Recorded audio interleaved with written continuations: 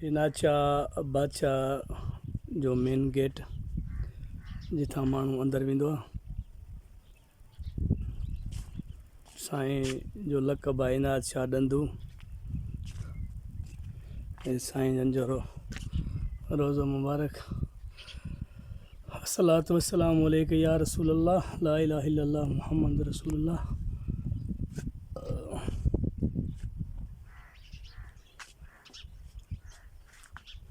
इंशाल्लाह ये मां वीडियो अपलोड कंदुसि सुभाणे यूट्यूब चैनल ते LAK विलेज व्लॉग्स लाला अमीन ककड़ाई जे चैनल ते ॾिसजो। चैनल के लाइक कमेंट ऐं सब्सक्राइब कंदा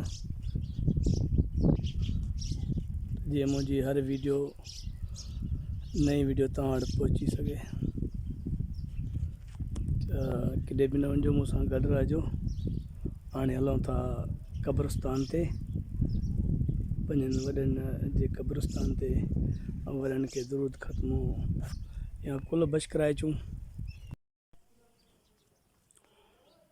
इनाज शाह बादशाह जंहिंजी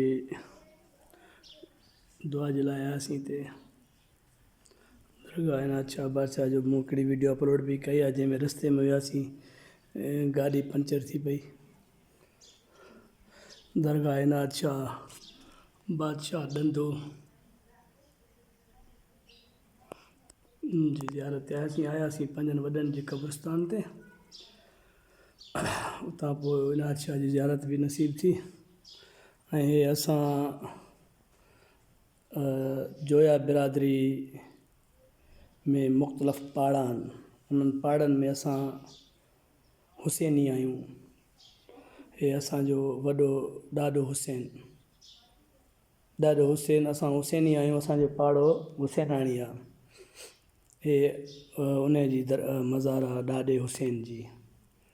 इनाज शाह जे साइड में यारामी आहिनि। हे असां हिन जी पुस्त आहियूं हुसैनाणी।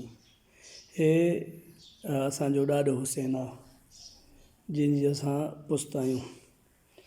इनाज शाह जे रोज़े में साईं सां गॾु आहिनि इनाज शाह बादशाह सां ॾाॾो हुसैन। हे साईं जो रोज़ो, हे ॾाॾो हुसैन।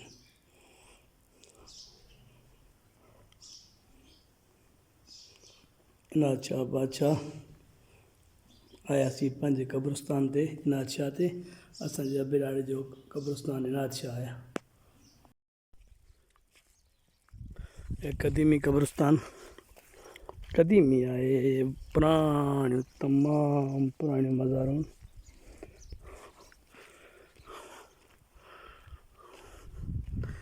क़दीमी आहे।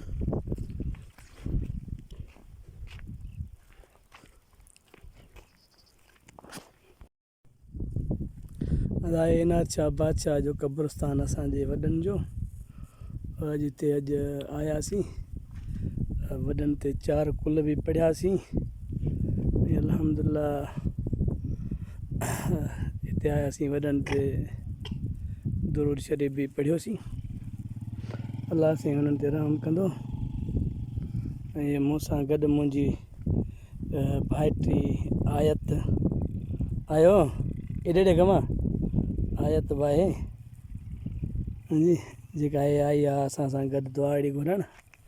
अलाह साईं हिननि ते रहम कंदो।